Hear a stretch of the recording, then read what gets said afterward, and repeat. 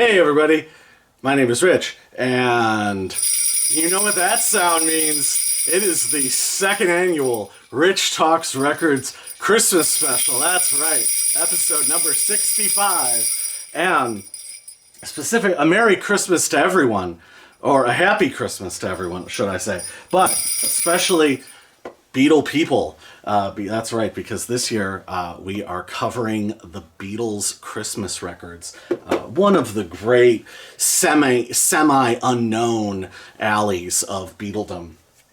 And I'm very, very excited to talk about these. Last year, of course, we did the Bing Crosby record, and it was a bit of a coin flip on, was it going to be this or the Beatles, and was it going to be that or the Beatles? And Bing, I felt I needed to start with Bing, but it is now Beatle time. So I'm going to very quickly run through the releases and talk a little bit about them and the history and summarize them a little bit and encourage you to listen to them and go and enjoy them. I will say this, for many, many years, my source for the Beatles Christmas records, especially pre-internet, was this. It was a copy of... apparently this is a bootleg of a bootleg of a bootleg of a bootleg. This was the Yellow Dog, which apparently is very disliked, this disc. Some of it plays a little fast. But it is the Yellow Dog. This is the 1992 version. And I got this at Rolling Stones Records, which is where I got my initial Black Flag and Misfits cassettes, which I've talked about, and Dead Kennedys, which I've talked about before. They were very good to me, and I, at some point after I had gotten a CD player, realized, I don't know what year I would have gotten this, maybe in 94, maybe 95 I got this. As you can see, the artwork is, this is real card stock, but the graphic quality is perhaps not the finest. However, I always loved this disc and would listen to it quite a lot, and so this was my source for many, many years, and I thought for a long time the only thing I would need. Then in 2017, the Happy Christmas Beatle People set came out, which is absolutely glorious, and I was so thrilled that this came out. My primary sources for information on this are the two exemplary Mark Lewison books, the complete Beatles, Beatles Chronicle, and then the ultimate Beatle book, I think, the Beatles recording sessions. My goodness, has this thing been pawed over the years. I absolutely love this thing. I also consulted, though it was perhaps asking too much of this book, because this is maybe a piece of information that was a little bit too ethereal, I also consulted Chip Madinger's unbelievable Lennonology book. I'm going to try tagging him in this. I have copy number 80 out of 250 of this unbelievable book. I wanted to see if I could pin down the actual dates of John and Yoko's 68 and 69 contributions to the Christmas records. Alas, I could not. Could get location, but not dates or sort of a time frame. But this is, and Scott Raleigh, I'm not sure, but Chip Madinger, this is just unbelievable work. So if you, I will see what I can link to for this, because if you've never checked this book out or don't know this book, my God, do yourself a favor. It is just absolutely phenomenal. So those are my primary sources. There are a couple internet sources. Yes, I grabbed some stuff off Wikipedia. There's also the johnpaulgeorgeringo.co.uk JPGR. I'll link to that site. I have no idea sort of what the state of it is. It looks like they still make updates, but that is always something of a definitive website. It's magnificent. The initial story of why the Beatles started making Christmas records, because they weren't particularly religious men, especially in their youth. In 1963, Tony Barrow of the liner notes on the first album fame and the Beatles press officer, Tony Barrow wondered if there was a way to get a personalized message to each of the fan club members. And they were so far behind, or if the Beatles somehow would be able to, in the 8 minutes that they had to themselves, if they could somehow respond to all of the fan mail coming in. But they decided to make these flexi-disc. The Parlogram Auctions channel, which is magnificent, he's far more interested, and God bless him, somebody has to be, in the specifics of the flexi discs and all that sort of stuff. That by the time, I mean, I came around in the 90s, so I'm far removed from that. So I'm not really going to be getting into the production of any of that sort of stuff. Like, this is what I know, and then for nearly a decade, I have known these. So, but at any rate, thus the Beatles Christmas record, that they could send this flexi disc to their fan club members, which was, the fan club was rapidly exploding in the first great blush of Beatlemania in Britain, and the first copy went to 30,000 people. Can you imagine? And absolutely incredible. It had never occurred, apparently, to Tony Barrow that this would be something of an annual tradition. Until, at some point in 1964, one of the Beatles, don't know who, went up to Barrow and said, "When are we doing this year's Crimble record?" And thus, via that offhand remark, much like we've been working 8 days a week, or tomorrow never knows, a Beatle tradition was born. So let us get straight away into 1963, shall we? So the first Beatles Christmas record was released December 6th, 1963, nominally produced and written by Tony Barrow. And then look at that back cover, performing for the Queen, or the Queen Mother, I should say. And there it is on white vinyl, unetched on side 2. These play at 33 1/3, and they are more, like 45s essentially, except that they play a 33. Ooh, cryptic. October 17th, 1963, Richard, is when this was recorded. Studio 2 at Abbey Road. Oh no, it's fallen apart. There, that's better. So, out of sight, out of mind. So in between, much like the Beatles, I too am reading from a script. In between BBC sessions, concerts in London and Birmingham, I wrote this myself. You can tell my writing talent. And a day after a television appearance, yes, the Beatles attempted a recording of "You Really Got a Hold on Me," but think about this. The Beatles recorded on October 17th, 1963. They recorded "I Want to Hold Your Hand." They also recorded "This Boy." So think about that. "I Want to Hold Your Hand" wasn't enough. No. They need the B-side. So they also whip out "This Boy." I think each were like 17 or 18 takes. Unbelievable. And then, no, they're still not done, because somewhere around 7 p.m. that evening, they knocked this out. Also, on this day, "This Boy" and "I Want to Hold Your Hand" were the first time that the Beatles ever recorded using a 4-track machine. Yes, they were up to 4 tracks. What a momentous, wild day. Now, the recording itself, this is kind of the purest one and the most straightforward. But however, even from the beginning, the absolutely demented version of "Good King Wenceslas" is absolutely hysterical. John commandeers it with, in his own right-esque, wonderful wordplay. It is very funny, enormously charming. You can tell that they're being very silly reading the script that Barrow had written for them, and that they're having good fun and a laugh.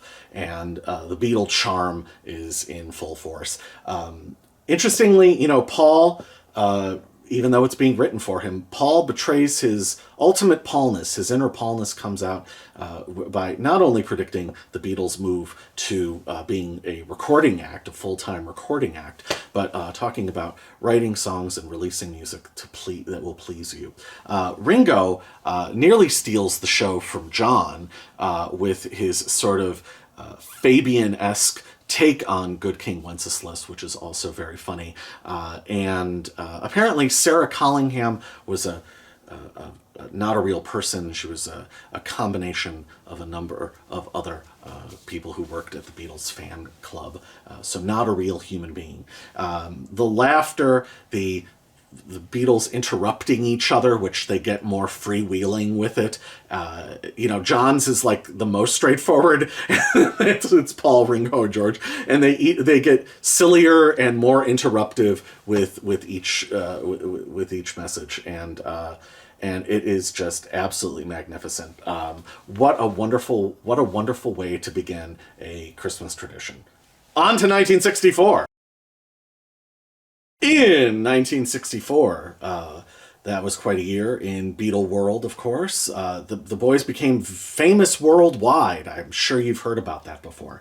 And it is hard to believe, but they were tucked away inside Studio Number 2 yet again at Abbey Road, nominally being produced by the great Tony Barrow, yet again, but they were in the middle of their sessions for their fourth album, the fascinating and somewhat underrated Beatles for Sale. But in the same way that Beatles for Sale had an aura of exhaustion and emotional frustration, and it had that beautiful, is it Robert Freeman photo? Oh, that autumnal, gorgeous cover artwork, absolutely incredible. But we have another Beatles Christmas record. They just couldn't think of a better title. By this point, the Beatles fan club release had ballooned to this. It went to 65,000 British households. Unbelievable. 65,000. Absolutely incredible. This disc, by the way, plays at 45, not 33, as the 1963 one does. It is on red vinyl, and that is a matter of contention for me, simply because they talk about making their next film, and George notes that it will be in color. And I think John, says, yeah, green. This should have been green. How great would that have been? And also, how awesome would it have been, like, really, if the entirety of Help was green and black? That would be, like, how awesome would that have been? Maybe it doesn't sound awesome to you, but here at Rich Talks Records, it sounds very awesome. So anyway, what else was going on in Beatle world? This was the last day of recording sessions for Beatles for Sale. The sessions had been interspersed with concerts in England and Scotland. The day before they recorded this, they were in Brighton, and 2 days later, they played in Exeter. This was recorded between 7:30 and 10 o'clock at night, and they also had recorded Honey Don't on the same day. Already in Beatle world, we see things changing. It begins with a fade-in, much like the contemporaneous recording of 8 Days a Week. There is already a massed, echoed, specter-esque foot stomping, and then freewheeling piano. There's another instrument that escapes me, and then presumably John barging in on harmonica.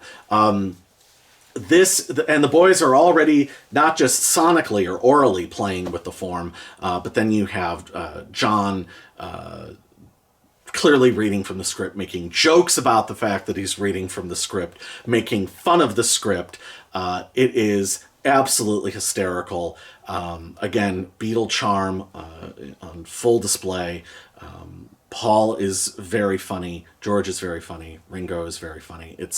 It's a magnificent, and then they do an outro piece. So they were already expanding and changing and screwing around with the medium and making it more their own. And it is interesting to see that even with something that they knocked off. But the thing is, though, there still is a sincerity there. They genuinely do care about their fans, and they especially care about the people who were in their fan club. So, but I think it's more, and I think that's part of what the magic of the Beatles was that even though it was the masses, they still somehow made it feel like it was an inside joke, or that the joke wasn't at the audience's expense. They were in on it. And I think that that's part of the brilliance and part of what is so warm and inviting about the Beatles, generation after generation. So another Beatles Christmas record, well, another wonderful Christmas record. So on to 1965. Oh, Richard, you forgot. 1964 is not over yet. Still 1964, because you forgot that here, first of all, on this bootleg, Christmas Time Is Here Again is a standalone, but there is the message outtake from 1964 is the 9th track, which is essentially the Beatles. And the other thing you almost forgot that you forgot to remember to forget, was the other instrument is kazoo. It is kazoo. So piano and kazoo. I think it's Paul on the piano. Don't hold me to that, Beatle people. Find it in your heart to forgive me if I'm wrong. I don't know who's on the kazoo, but somebody. It's one of them. And it's interesting because you can hear Barrow actually producing them. You can hear them cueing each other. And what they are mostly doing is playing a very loose, very silly version of Hello Dolly, of all things. So, and you can see why they would have cut that out. But it appears that piano jam, the stomping and then piano and kazoo and then later harmonica sort of jam that begins and ends the 1964, comes from here and is born out of them being very, very silly with Hello Dolly. And that apparently the boys, the lads from Liverpool, wanted to use Hello Dolly as a through line for the entirety of the 1964 Christmas message.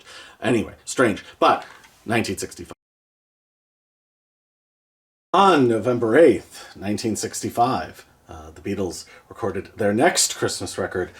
Tony Barrow, the great Barrow, really dug within, and as the Beatles were expanding creatively and recording Rubber Soul, Tony Barrow looked within his own imagination and titled this the Beatles' third Christmas record. How does he come up with this stuff? So anyway, on this day, towards the end of making Rubber Soul, or midway through making Rubber Soul, on a session that lasted from 9 p.m. to 3 a.m., Think for Yourself was recorded. Also, Studio Chatter for Think for Yourself was also recorded by George Martin, thinking that they might get something they might want to splice into the Christmas record, though apparently none of that was used, but apparently 6 seconds of it was used in Yellow Submarine. 2 days later, they would record The Word. Now, people have said that this was pretty hurried, and in some ways, you can tell, but it's also, again, the Beatles further messing with the form.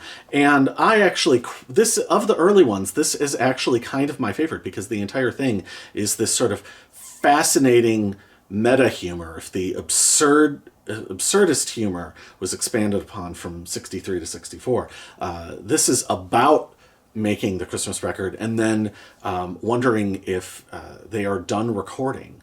And there's this whole echoed outro bit where they're like, is it off now? Is it off now? But it begins with an acoustic guitar and a glorious absurdist knees up version of Yesterday, which is absolutely magnificent and as funny as Handing the Flowers to Paul and the Blackpool performance, magnificent. And the Beatles do self-satire quite like no other, though there is plenty of satire to go around, as again there's sort of a Cliff Richard Fabian parody. There is a wonderful parody of Barry McGuire's Eve of Destruction, which you can also hear John making fun of the next year when him and Bob Dylan are in the back of the limousine and they eat the document outtake. And then sort of music industry parody when John starts singing an exaggerated version of Same Old Song, which is born out of Old Lang Syne. It's magnificent. And George stops and copyright. It's wonderful. I love the humor, and I love this completely absurd off-key version of Yesterday. Like, the year it came out, it is just, and the way that they pick up on each other's like little jokes and sort of side sayings, like I get such a blast out of this. And the other thing that's interesting is John contrary to what some dingleberry on the internet recently said, makes an anti-segregation joke. It's an anti-segregation joke. Got that, Beatle people? And also, there is the very first Beatles kind of anti-Vietnam commentary. And it's interesting because they are giving a message to the troops, and John especially never fully commits. He's like, "We're wishing you a yes, we are." Like it's interesting, and you can read into that this was one of their very first pieces of political commentary, but all couched within Beatle humor and slippery, elusive wordplay. But if you know what they're saying, you know what they're saying. And you should especially know that John's making an anti-segregation joke. Got that, Dinglebat? Got it. Cool. Beautiful. We all understand. Now Rich has cleared up yet another mystery for those confused souls out there on the internet. There are so many of them wandering around, wondering what the hell they're doing. So anyway, on to 1966. On November the 25th, 1966, there are a few other session details. In the basement of the Dick James Music Office, the Beatles recorded their fourth Christmas record. This time, Barrow, it was produced by George Martin, written by the boys, and this is the masterpiece, Pantomime Everywhere It's Christmas, and the English tradition of Christmas pantomimes, or as they apparently say in England, pantos.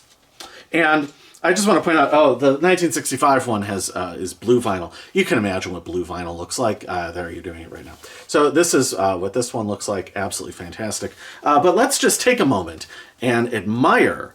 If you've ever seen was it Bob Whitaker photos of the Beatles on tour in 1966 in Japan, where they are locked in the hotel room because they can't go out, and they do that collaborative painting, and you're like, wow, those are all really cool. Like, each section is really, really cool. Let us take a moment and admire the absolutely stunning, beautiful, beautiful, beautiful artwork that Paul McCartney did for this. My God, Paul, is there no end to your talents? Look at that. Look at that. How cool is that? How awesome is that as artwork? There are a million reasons why I love the Beatles. Things like this are one of them. Like, unbelievable. Look how absolutely beautiful that is. I can look at this all day. I couldn't have bought this fast enough, let me tell you. As I used to look at pictures of it and think, God, that looks cool.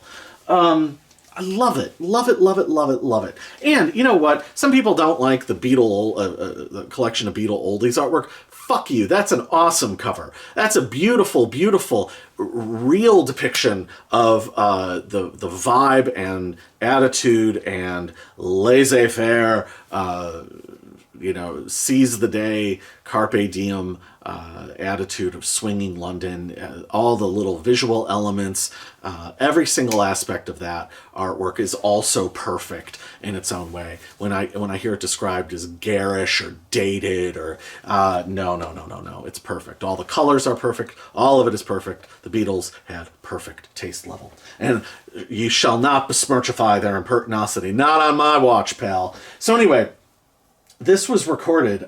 This is again utterly absurd. The day before they recorded this, they began work on Strawberry Fields Forever. Think about that. That footage of the boys going into Abbey Road individually, and what are the Beatles going to do in 1967? Those, like, I love that footage, and they're all, like, John and Paul, John's the most earnest, but then Ringo is just having the time of his life. George is probably the funniest. There was the day before that they did the day after that they did this. And then two days after this was recorded, John filmed his famous appearance on Not Only But Also, where he's the doorman at the exclusive bathroom that's in the exclusive men's room in the street. Amazing, like so cool, and that points us back to the pantomime concept, because John was doing hilarious comedy, and this is a masterpiece of absurdist Spike Milligan, Goons-esque humor, pre-Monty Python. The Monty Python boys were all starting to gather around this time on the BBC, though, individually. They just hadn't become a collective yet. But,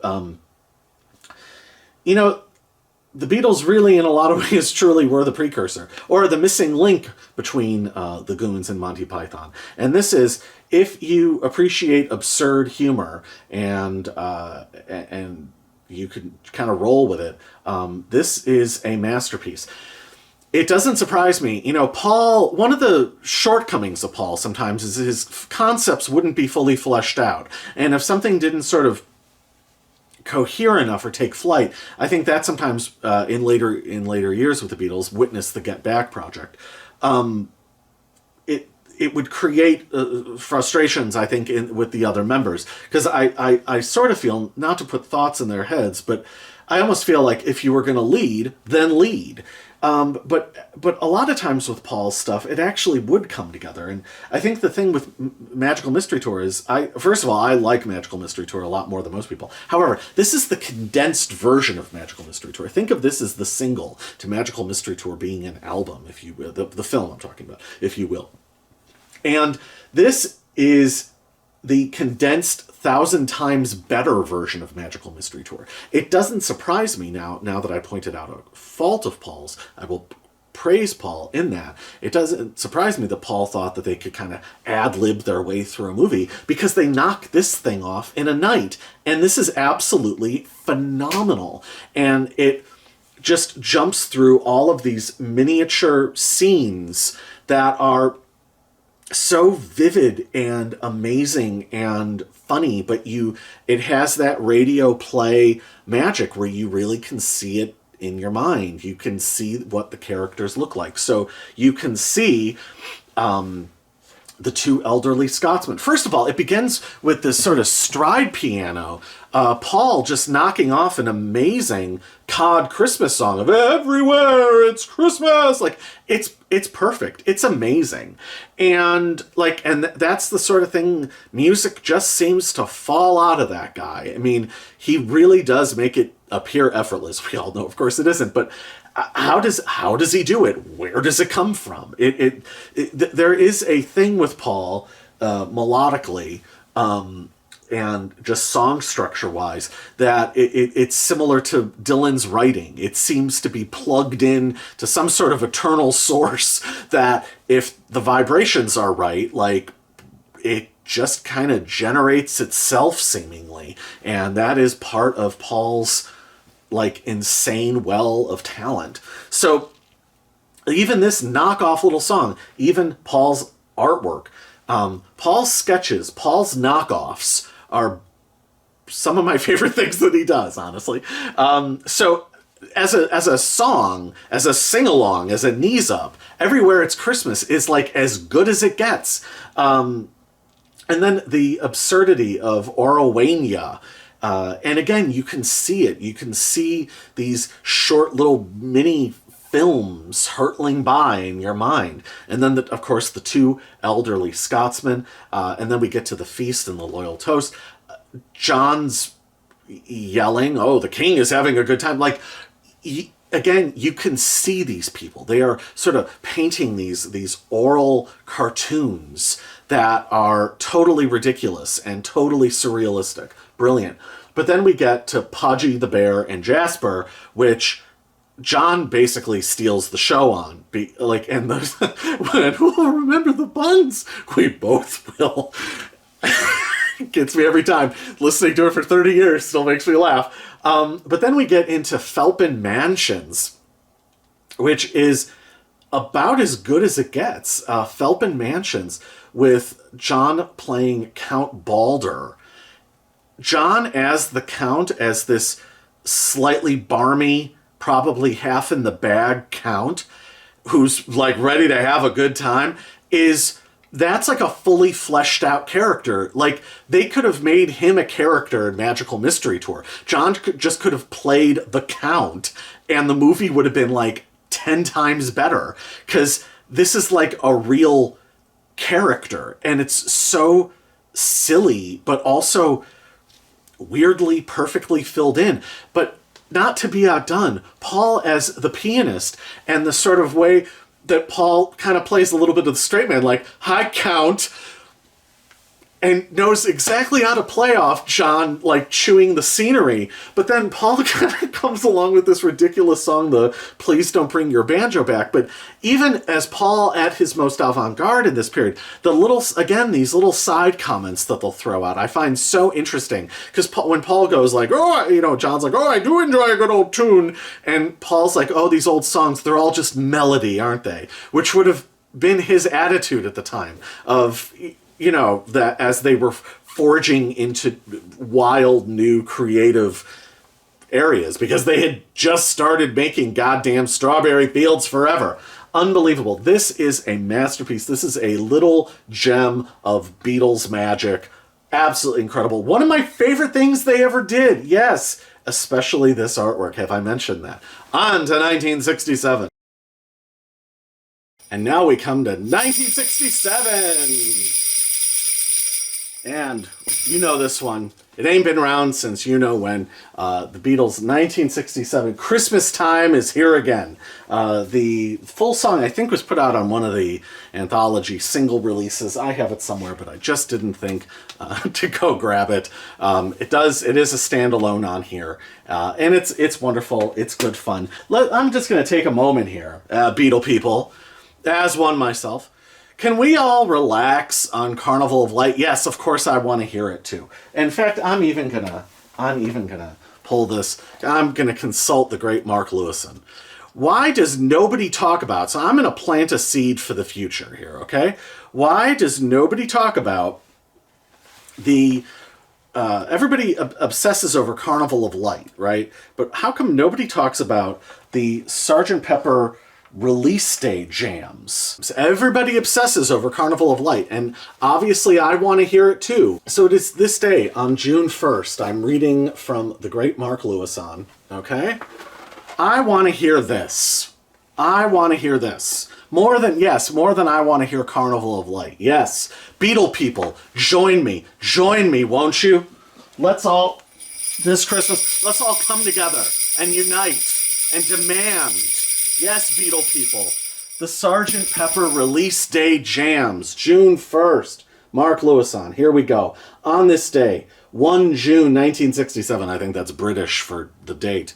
Perhaps the most celebrated date in their career, the Beatles went into the studio and recorded nothing but untitled, unplanned, highly tedious, or highly awesome, right, Mark? And frankly, downright amateurish instrumental jams with a bass guitar, an organ, lead guitar, and with reverb, guitar strings being scraped, drums and tambourine. Apparently, and I thought that this was talked about more in depth in here, but apparently it wasn't. There was discussion around, at one point, Paul telling George about the specifics of what the arrangement and chord structure was, that it would appear to be completely random, but it wasn't. I want to hear those. Wouldn't that be wild to hear the Beatles on the release day of Sgt. Pepper, like, going totally, like, bananas, like, totally, like, Sid period Pink Floyd, Soft Machine? Like, don't you want to hear that? I want to hear that. Don't you want to hear the Beatles sound like the Gods or the Red Crayola? Yeah, hell yeah. I want that now. So yes, I want Carnival of Light, but god damn it, Sgt. Pepper, release day jams. Apple, come on, help me out. But enough of all that. We've got other matters to attend to. We've got Christmas Time is Here Again, recorded on November the 28th of 1967 at Studio 3 at Abbey Road. Again, produced by George Martin, and I'm going to consult the little notes I made for myself. Hello, Goodbye, and I Am the Walrus had been released 4 days before, which is pretty crazy to think about. From 6 p.m. to 2:45 a.m., they recorded the wonder that is Christmas Time is Here Again. That same night, however, John worked until 4:30 in the morning making tapes for his Scene 3 Act 1 play, and George, I don't know if it was this. I don't think it was the same night. If it were, it wasn't at Abbey Road. But George had already started doing his work on Wonderwall. pretty cool. So yes, I do have the Wonderwall album, but I thought it would be fun to whip out the DVD. The day before this was recorded, they also recorded an absolutely mad interview with Kenny Everett. Kenny Everett's going to be figuring large in a few minutes from now. Kenny Everett, the great British radio DJ, but also comedian and provocateur, raconteur, and the teller of one of my favorite jokes of all time. I absolutely love this joke. I'm going to read it to you now. It's from Kenny Everett. When England was a kingdom, we had a king. When we were an empire, we had an emperor. Now we're a country, and we have Margaret Thatcher. That's beautiful. Anyway, the sleeve, again, we have absolutely incredible artwork. This apparently is a collage done by Ringo. Is that right? Is it done by Ringo? I believe it is. So Ringo, look at that. Look at how beautiful this artwork is. Look at how amazing this collage is. This is absolutely fabulous, Ringo. Ringo, we love you. And this is yet another reason why we love you. Look at how awesome. This is their Christmas single to their fan club. Think about that. Think about that. Unbelievable. This is the artwork for the Christmas single to the fan club. This is better than... how many bands have... You know what I mean? Like, come on. And Ringo just did this in his home. The back is a painting. I don't know if Julian did this himself or if John and Julian did this together. John is credited for sleeve design, so I'm not sure what exactly John contributed to this. But however, we do know what he contributed to the recording. So there was one take of Christmas Time is here again, and the lineup is John on timpani. I love this. John on timpani, Paul on piano, George on acoustic guitar, Ringo on drums and singing. And obviously, so the Beatles, again, like Everywhere It's Christmas, the Beatles wrote this all themselves. This is another, there's a wonderful little line, another little bite of the apple. Pre-Apple Records, another little bite of the apple. Just wonderful. And this is, again, kind of like Everywhere It's Christmas. I mean, this is kind of another weird addendum to the sort of hyper surreal magical mystery tour thing. And this is, we are firmly in radio play, and really kind of a broader parody of the BBC programming. Paul's leading through like a serious issues discussion, and John's non-responses are absolutely, like obtuse responses are absolutely hysterical.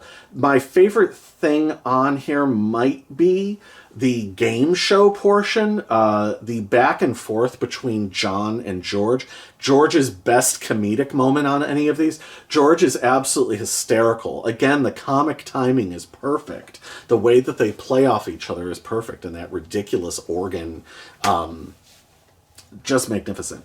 As far as the song Christmas Time is here again, I mean, there's not much to it, but it does touch upon some important things, such as OUT spells out, and it is damn good fun. And really, what more do you need? It's that weird synergy that the Beatles in 1967 had, and it has enough of that like magic to it that to carry it off, and the spirit of it. And if you like things like It's All Too Much, or, you know, again, like Flying, or like that stuff, like I love all of that, so this is very much in the spirit of that. I will say that I think that this is a more self-conscious version of Everywhere It's Christmas. It's a more like fully produced version, and it's almost like Everywhere It's Christmas is almost like a restart. It's almost in a way the Through the Looking Glass version of like the 63 Christmas record, whereas the 64 is then the more self-conscious version of the 63 version.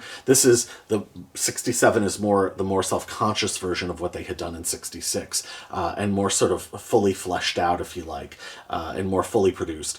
But again, there's a lot of really wonderful comedic moments, and the bit of using George Martin's authoritative schoolmastery, like they'd like to thank you for a wonderful year, just awesome. It's so dry and so perfect. It's glorious. But then as much as I love all of that, and as awesome as this is, and this is very much of a piece with the 66 release, the thing that steals it for me is that little organ and the wind, the snow sounds, the wind blowing outside, and John's, again, in his own right-esque, non-English Joycean thrumble through a Christmas poem that is, like, again, weirdly atmospheric and somehow weirdly touching and also weirdly funny. And that kind of steals the show at the end, and it somehow becomes my favorite thing. And it's this really glorious bookend to the Christmas madness and the Christmas magic that the Beatles invoke. Wonderful, wonderful stuff. 1968 is up next. Oh, it wouldn't be a Christmas special without a visit from the Christmas cat, isn't that right? You want to say hello to everybody everywhere, honey? Huh? You want to wish the world peace and goodwill? Maybe not? Okay. Do you want to get down now? Of course you do. Okay. All right. 1968. The 1960... does this have a title? Yeah, the Beatles' 1968 Christmas record. That's sort of par for the course for the way things were going at this point. However, I don't know who did the sleeve for this. I feel weren't the Fool long gone by this point? However, again, look at how cool this artwork is. I absolutely love this. And the back cover, even the back cover, incredible, absolutely gorgeous. I love this artwork. Like, this is such great psychedelic artwork. Like, oh, she's playing with. Oh my god. I might have to put a stop to that. No, no, no.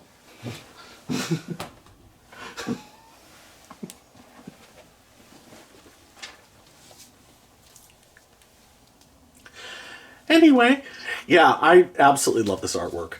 I think it's incredible. And again, the very sort of 1960s, like, hyper busy, hyper psychedelic, and then just like this understated text off to the side. As a piece of graphic design, I like this very much. Again, it's this sort of thing that only, especially when I was a teenager and getting into them, only made me love them more. There's so many aspects to Beatledom.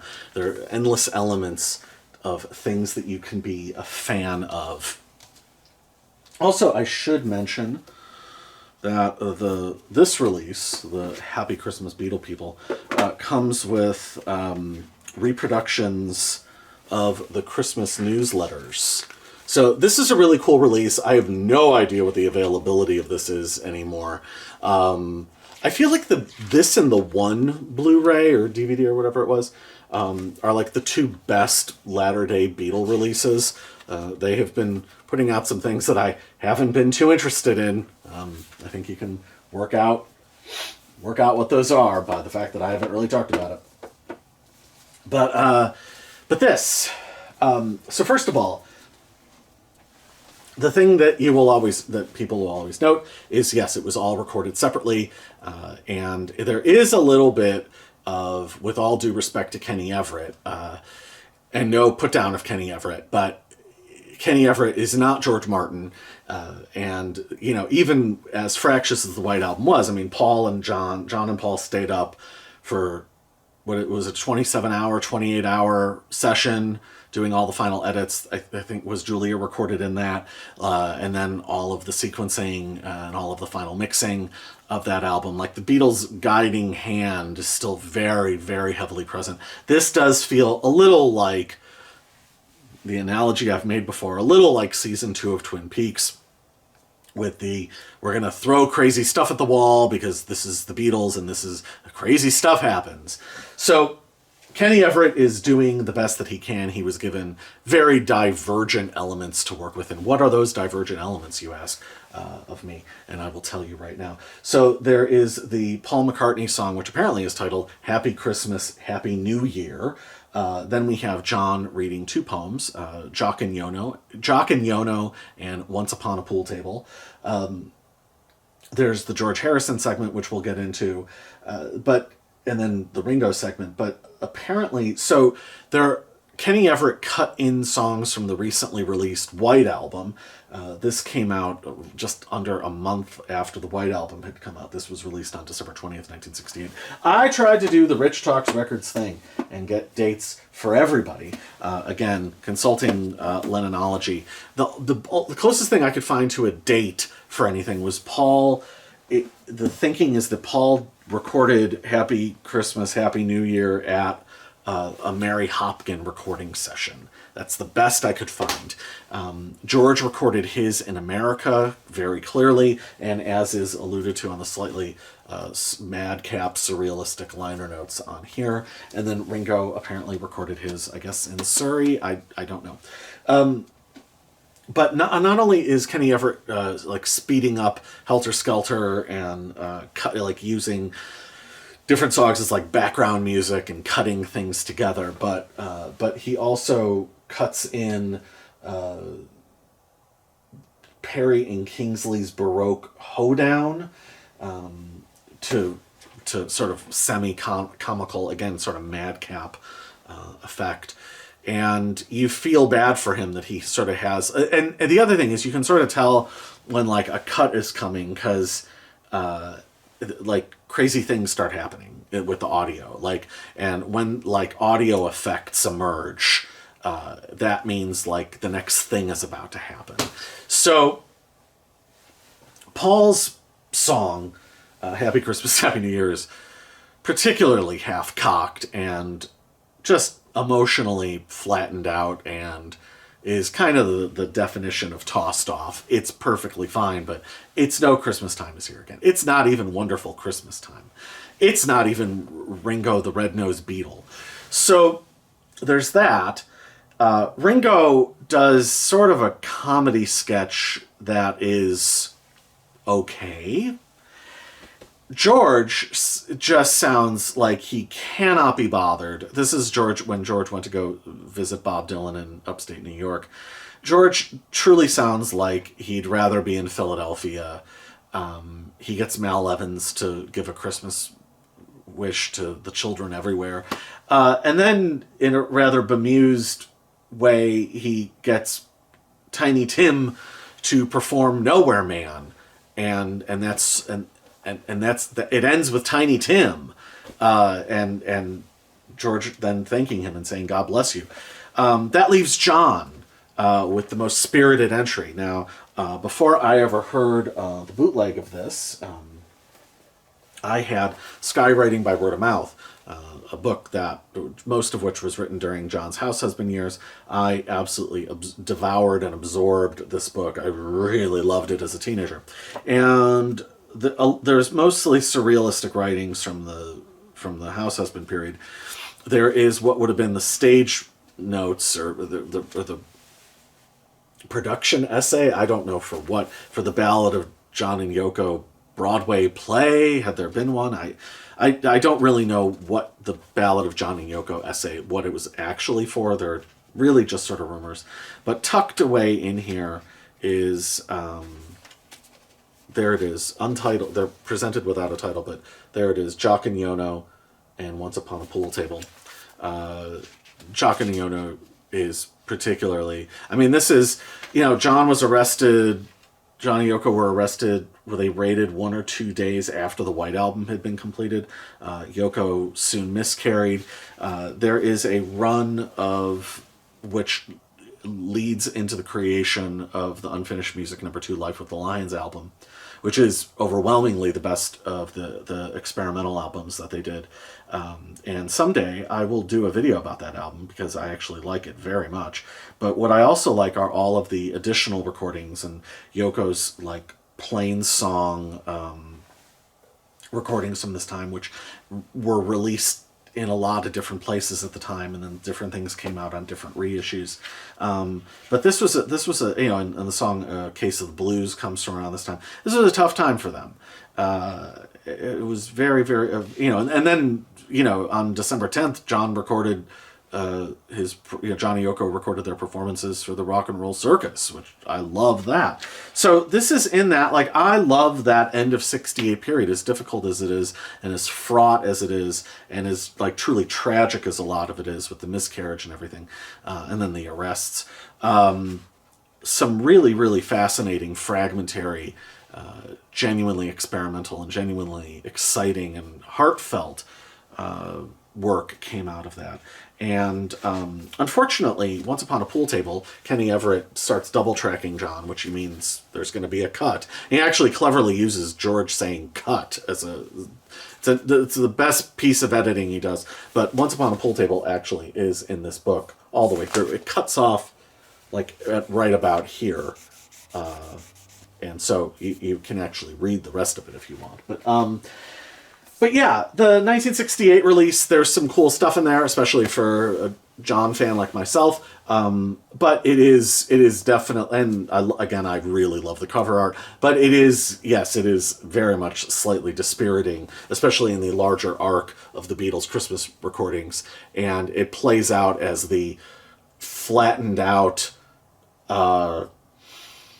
sort of analog of the White Album, what the White Album feels like if it, like the end of the day when they're packing up or something. I don't know. There is definitely a weird vibe there, but it's still really, really cool and still really, really interesting, especially if you're a Beatle fan. Moving on to 1969. On December 19th. Whoa, hey. Wrong, Richard. Yes, okay. Huh? Yes, okay. On December 19th, 1969, the Beatles' seventh Christmas album, is that what it is officially called? Yes, was released. Cover photograph, I'm pretty sure, by Ringo Starr. And again, look at how awesome this cover is. This would be the back cover, the inside artwork of some alternative band from the 90s. Helium, the Breeders, REM would kill to have this as a piece of their artwork. And again, this is just the artwork that Ringo did with an overexposed film. And this is just their Christmas record. And the back is a lovely little drawing by Zach Starkey. Also, the back wishes... this was produced by, again, cut together by Kenny Everett, or Kenny Everetto, as John called him, in the glorious early White Album session interview that he did with them, but under his actual real name, Maurice Cole. But the Beatles wish all of you a happy Christmas, and may the 70s give peace a chance. And... So yeah, when I had said that the 68 Christmas record is sort of like the White Album, it's at least mine is two-sided, so it's a double in a way. As is this. The last two are the two longest, nearing 8 minutes. So first of all, we'll sort of dispense with George. George is barely on here. I didn't even remember going into this. I didn't even remember George's contribution because there basically isn't one. And Ringo does virtually nothing, and plugs his movie with Peter Sellers, The Magic Christian, and says, please, it's a plug for the film, please leave that in, Ken, which he does, but also the please leave that in, Ken, which is hysterical. Paul has a very underutilized little gem of a song that is apparently, this is to wish you a Merry, Merry Christmas. That is melodically beautiful and sung beautifully. It is kind of that Mother Nature's Son, just first album, the McCartney album. It has that flavor and that vibe, and it's done up in his falsetto, and it sounds fantastic. I don't know if the fully fleshed song is out there anywhere, but my God, what a beautiful, beautiful little gem it is. Then we get, if you've ever seen the footage, and I'm sure you have, of the John Lennon BBC Man of the Decade thing, we have John and Yoko roaming the gardens of Tittenhurst, talking about the new year. It's very, very, very similar to that, and John sort of playing it up for the tape recorder, Yoko being a little bit more earnest, but it's very airy-fairy and very twee, but also very earnest. I would just like to take this moment to say that I don't, I've made it clear before, love Yoko, love John, and moments like this, when you hear Yoko, you think, how could anybody hate this woman? Or how could I just, there's a lot that I like about her, and a lot that I like about the two of them. There's a reason they've informed so much of my thinking and so much of my life. So John and Yoko, Kenny Everett cuts in little bits, a very little bit of Abbey Road, and Jesus Christ, enough. You want to see that in 4K, huh? So this is dominated then by John and Yoko. There's a "What Will Santa Bring Me" sort of skit, if you want to call it that. It's mostly them just sort of larfing about, and I think that most people probably would have a pretty low threshold for that. It's not my favorite thing they ever did. I have a higher threshold than most, but it's cute in its own way, and it's lovely in its own way, but it also points to the fact that this is objectively the weakest Beatles Christmas release, and they're sort of barely getting it done over the finish line, basically. So, but even still, there's still some really cool stuff on here, and again, kind of almost like a flattened out Abbey Road, like final statement, or some of those moments in Get Back, the longer form Get Back thing, there's just not much more to be said in a way. So a little bit of a downer, but still really, really cool and really, really interesting. And I enjoy it.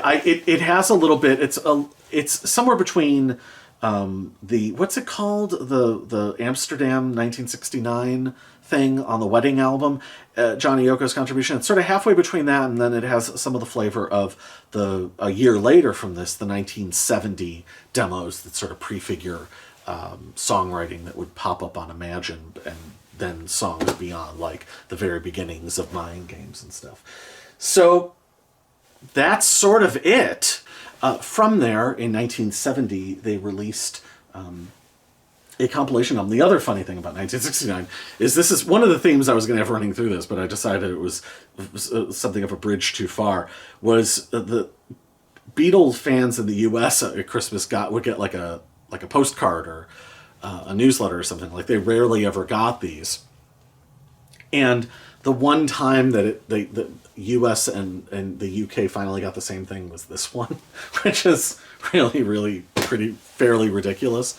But in 1970, they released just a compilation of all of these on a vinyl record. It came out to like 45 minutes or something like that.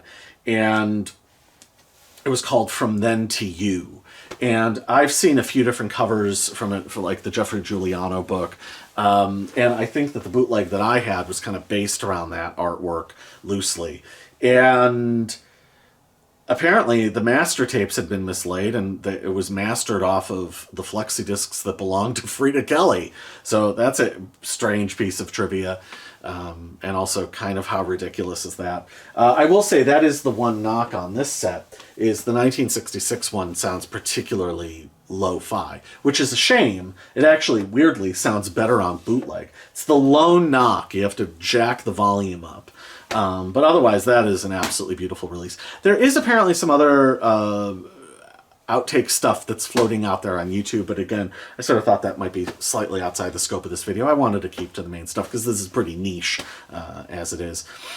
So yeah, that about wraps up the second annual Rich Fox Records Christmas Special. So I hope that you have enjoyed this. I have some really exciting videos planned. I have 2 planned for January next year that I really want to get into. I'm super excited, and I really will be doing the more in-depth videos that I had a harder time doing this year. There were parts of this year that were very difficult, and I'm really looking forward to next year. I'm in a much better place. Things are looking up, and I specifically, my wife and I had a big long conversation about it the other night about all the video ideas that I want to do for 2026, and I'm really, really excited to get into them. I kind of want to spill the beans and spoil it, but I'm not going to. But if you're a viewer of the channel and a fan, I think you're really going to enjoy it. And speaking of viewers, we somehow, I was gonna make a big deal out of it, but I was really busy with work. We got to 357, and now we're 360 or something. And do you remember that horrible song from the Oaktown's 357? 357, I Want to Get Loose. I was gonna try and make some sort of like video with that, and then I was like, no, nobody's gonna know what the hell that is, and no one's gonna like be as entertained as it. Okay, I think you get the idea of what I'm trying to say. Let's about wrap things up, huh? Hey, yeah.